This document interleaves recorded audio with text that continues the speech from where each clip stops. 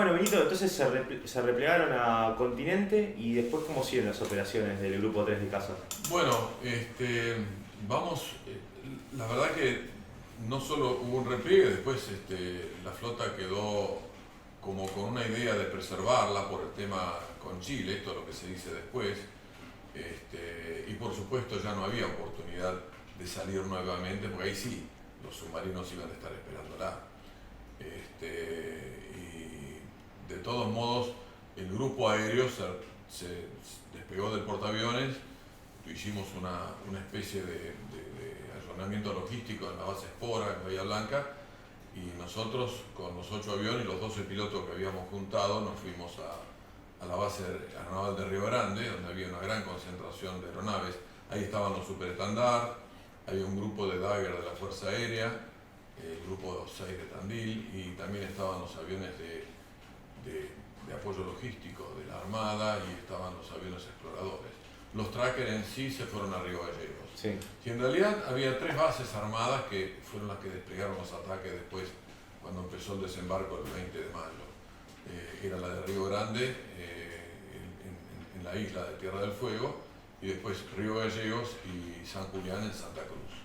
Ahí estaban dispuestos los aviones también de Fuerza Aérea. Los de la Armada, los del grupo de ataque de la Armada, estaban los superestandard y los A4 quedaron en Río Grande. Sí. Bueno, a nosotros obviamente que nos quedó un gran examen por rendir.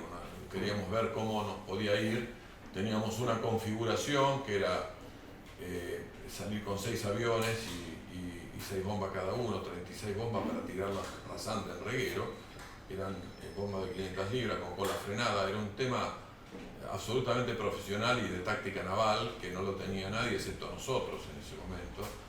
Y esa era la oportunidad nuestra de atacar la flota británica. Ahora, ¿cuándo se nos vuelve a dar esa oportunidad? Bueno, el 20 de mayo tuvieron un efecto suerte, como tuvieron también, que se comentó después de la guerra, el tema de que no se haya producido la batalla naval, porque Woodward decía que cualquier escaramuza con la Reina Argentina le iba a hacer perder buques y no iba a quedar muy limitado para hacer desembarco.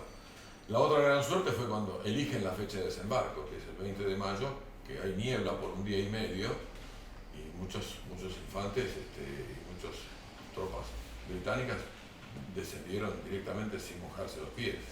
Pero el 21, durante la mañana, aún hubo niebla. Despegó un grupo nuestro con los 6 aviones, pero por la niebla no se pudo hacer el ataque. Y después, ya al mediodía, cuando se empezó a disipar la niebla, vino la misión nuestra nuevamente, que es la que integran el capitán Filippi, el teniente Márquez y el teniente Arca en la primera sección, y después venía yo con Luke Lecuri y Sylvester en la segunda sección.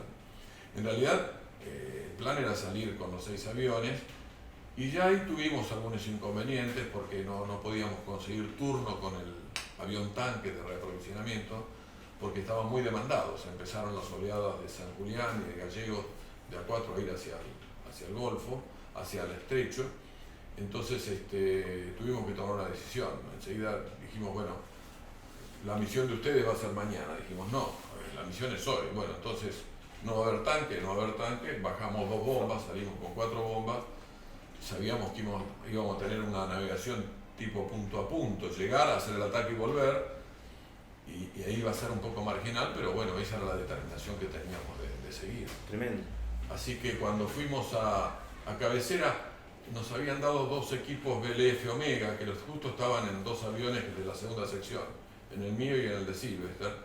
Los estábamos probando, estaban funcionando muy bien, pero llevaban un tiempito de calibración, y ya en cabecera de pista me dice Filippi, con el indicativo mío, Tano, me dice, voy a despegar porque estamos consumiendo combustible. Digo, sí, despegue, que esto va a tardar unos minutos más, y yo lo alcanzo. Pero la verdad que cuando logré despegar 10-15 minutos después, era gastar combustible, tratar de alcanzarlo. Así que ellos ya habían ganado altura, habían avanzado bastante. Y lo que sí alcanzamos a escuchar, porque íbamos en un silencio de radio muy grande, es que ellos no habían encontrado el blanco del lugar donde íbamos, que era el sur del estrecho de San Carlos. Entonces nos llegó una orden antes de despegar que si no encontrábamos el buque ahí, remontáramos el estrecho hacia el norte, que era donde estaban todos los buques y el desembarco. Y efectivamente escuchamos que ellos hicieron eso, esporádicamente escuchamos que habían encontrado un blanco y que lo atacaron, y después no escuchamos más nada. Y yo ya cada vez escuchábamos menos porque estábamos descendiendo para hacer las últimas 100 millas rasantes. Y ahí la comunicación se recibe con dificultad. Y en un momento escuchamos la voz de Márquez que dijo Harrier, Harrier, y silencio de vuelta, y Filippi que dijo Mingo me dieron, estoy bien, me eyecto. Bueno, ese fue un momento muy difícil para mí, porque la verdad que teníamos reglas de empeñamiento, de no involucrarnos en ataques donde hubiera patrullas aéreas de Harrier, porque era perder los aviones y por ahí no hacer el ataque y perder todo.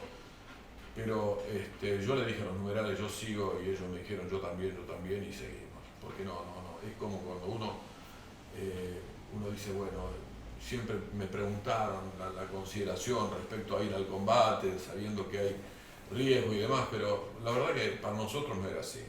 Una vez que uno cerraba la cabina, ponía en marcha, y se iniciaba el vuelo, iniciábamos ese proceso que duraba 2 horas, 2 horas y media, y era como siempre, y bueno, sí que... Mecánico. ¿Cómo? Mecánico. Sí, es un poco automatizado por el adiestramiento, y la verdad que ni siquiera estábamos inquietos. Uno lo que quiere es lograr el objetivo, eso sí.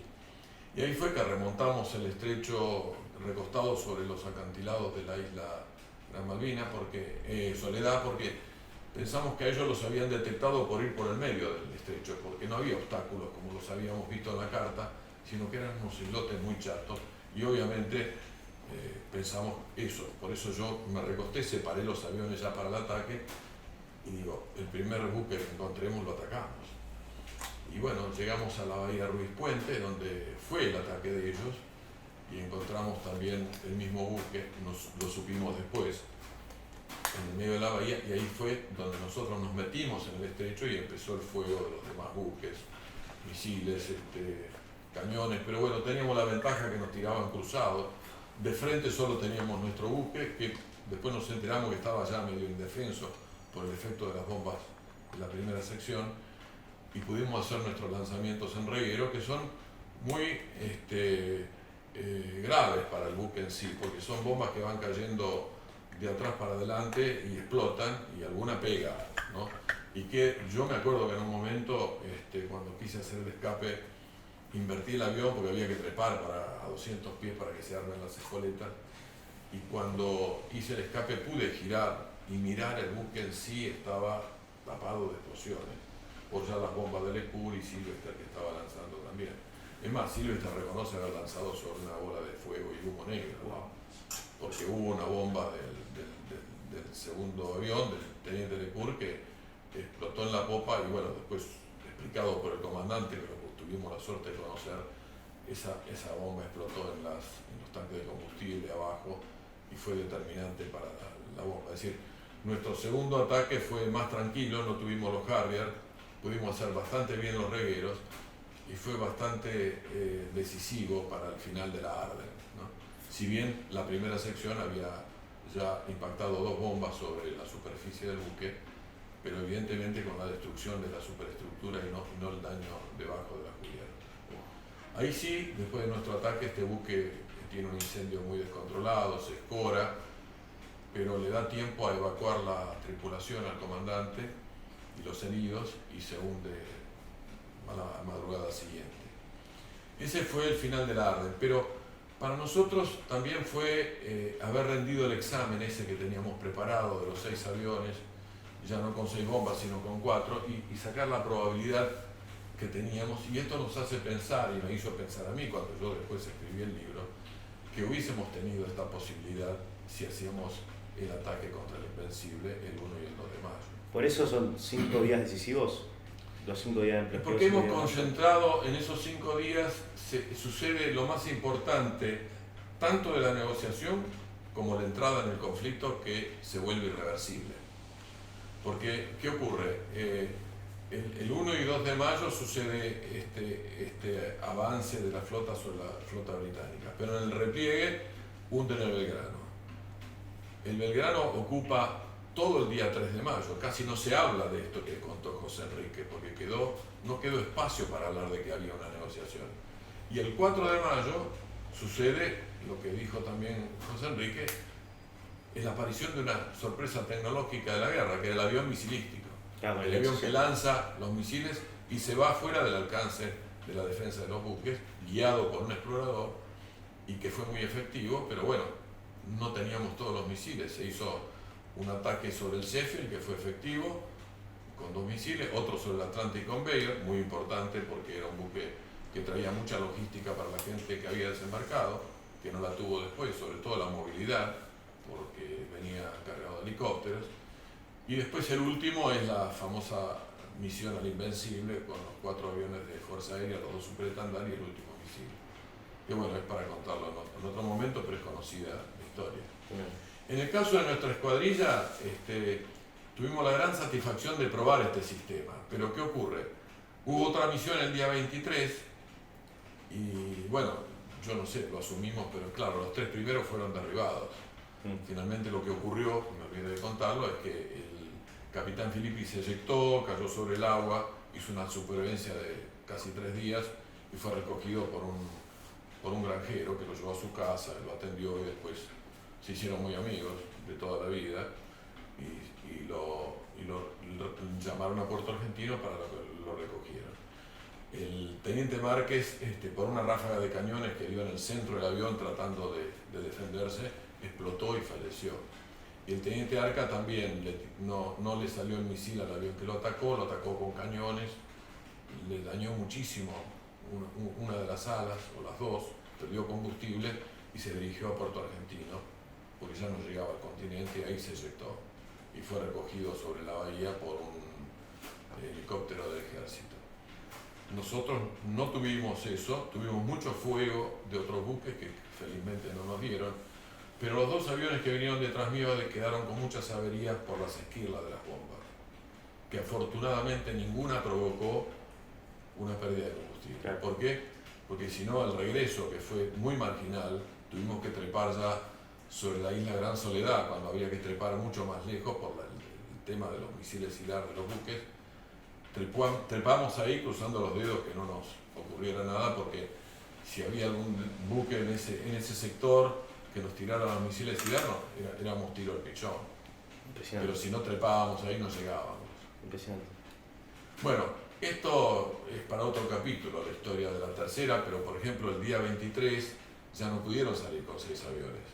Habíamos perdido 3, salieron con 4, atacaron nuevamente en el estrecho de San Carlos, en la parte norte, pero los 3 aviones se dividieron, eran el capitán Castro Fox, el teniente Benítez y el capitán Suizarreta, que era el segundo, y el capitán Castro Fox atacó un buque de desembarco, el teniente Filippi al Antelo, donde no trepó lo suficiente, no se le armaron las espoletas, pero una bomba quedó adentro del buque. Y el capitán Suizarreta atacó otro buque y no le salieron las bombas. Posteriormente, a la noche, desarmando las bombas, que quedó también una de Fuerza Aérea, que habían atacado al Antelo un rato antes que el teniente Benítez, no sabemos cuál estaban desarmando, pero esa bomba explotó y el buque se hundió en la bahía. Es una foto que hay nocturna con un montón de luces. Y bueno, es un blanco un tanto compartido con Fuerza Aérea, ¿no? Por decirlo así. Los daños del buque, digamos, de desembarco no se supieron con precisión, y el capitán Suizarreta, que regresó con todas las bombas, se encontró con una meteorología muy complicada, como pasaba en Río Grande, que cambiaba cada 2 horas, mucha lluvia, viento cruzado, la pista llena de agua, y no quiso lanzar las bombas por preservar el armamento. Aterriza, revienta una cubierta, se va de pista y se eyecta. Pero justo tenía uno de estos asientos con vencidos, y el asiento se eyectó, pero no se elevó lo suficiente para que se le abriera el paracaídas y falleció. Así que ya el 23 de mayo teníamos 4 aviones menos de los 8 que teníamos, 2 pilotos fallecidos, Y las bajas eran, no tan, las bajas eran durísimas, sobre todo la del capitán Zubizarreta, que fue ahí en la base, ¿no? Pero también entendimos que esto continuaba y que el ejemplo ya lo teníamos. Habían entregado lo mejor que tenían, que era su vida. Nosotros no podíamos hacer menos que eso. Y seguimos cumpliendo misiones con 2 aviones hasta el 12 de junio. Que fue una misión que yo hice con el teniente Medici, la última que tuvimos, fuimos a un lugar muy remoto donde estaban las operaciones, pero antes que eso nos encontramos con Harrier y tuvimos que escapar, porque pensábamos que ya nos habían ubicado para lanzarnos, así que eso fue la última misión. Pero todos tuvieron su oportunidad de volver a volar en reconocimiento armado, y también hubo un lanzamiento sobre un punto de observación que lo hicieron el teniente Oliveira y el teniente Olmedo, donde lo destrozaron al lugar ese. Nunca es un tema que hay que averiguar en la historia, pero aparentemente había un puesto de observación de este lado en la isla Gran Malvina, cerca de la isla Borbón. Pero la unidad cumplió con algo que es fundamental, hundió una unidad y media, ¿no? Claro. De aquel esfuerzo que hicimos para recuperar los aviones, de la determinación de participar, de la entrega que tuvimos que asumir después de la muerte de Zubizarreta y Márquez, se armó un gran equipo que fue muy solidario entre sí y también de mucho apoyo, pero nunca dejamos de cumplir con todas las salidas que se nos ordenaron. Increíble. Bueno, no lo puedo creer. Tremenda historia. Bueno, es para contarlo con más detalle. Yo solamente cuento en el libro lo de la Arden porque otra persona importante que conocí en Londres fue el comandante La Arden, que fue el único comandante de que le hundieron un buque que siguió en carrera. Yo lo conocí cuando era comandante de la flota en el año 2000, porque había ido a hacer un college allá, y después él vino como número 1 de la Marina Británica en visita oficial acá, y pudimos reunirnos, no con todos los pilotos desgraciadamente, pero justamente con la sección nuestra, con el Puri Silvestre, y él contó, bueno, él reconoce más o menos, el relato fue así. Para ellos fue muy difícil ese día, porque tenían la misión de estar en el lugar más ancho del estrecho para guiar los Harrier, y ahí fue cuando lo atacaron aviones una 4 de Fuerza Aérea y 3 Dagger también a la tarde, pero él dice que los daños fueron menores hasta ese momento, él pudo seguir operando. El ataque letal para él es de los 6 aviones navales con las bombas frenadas, de cola frenada y tiradas en forma rasante.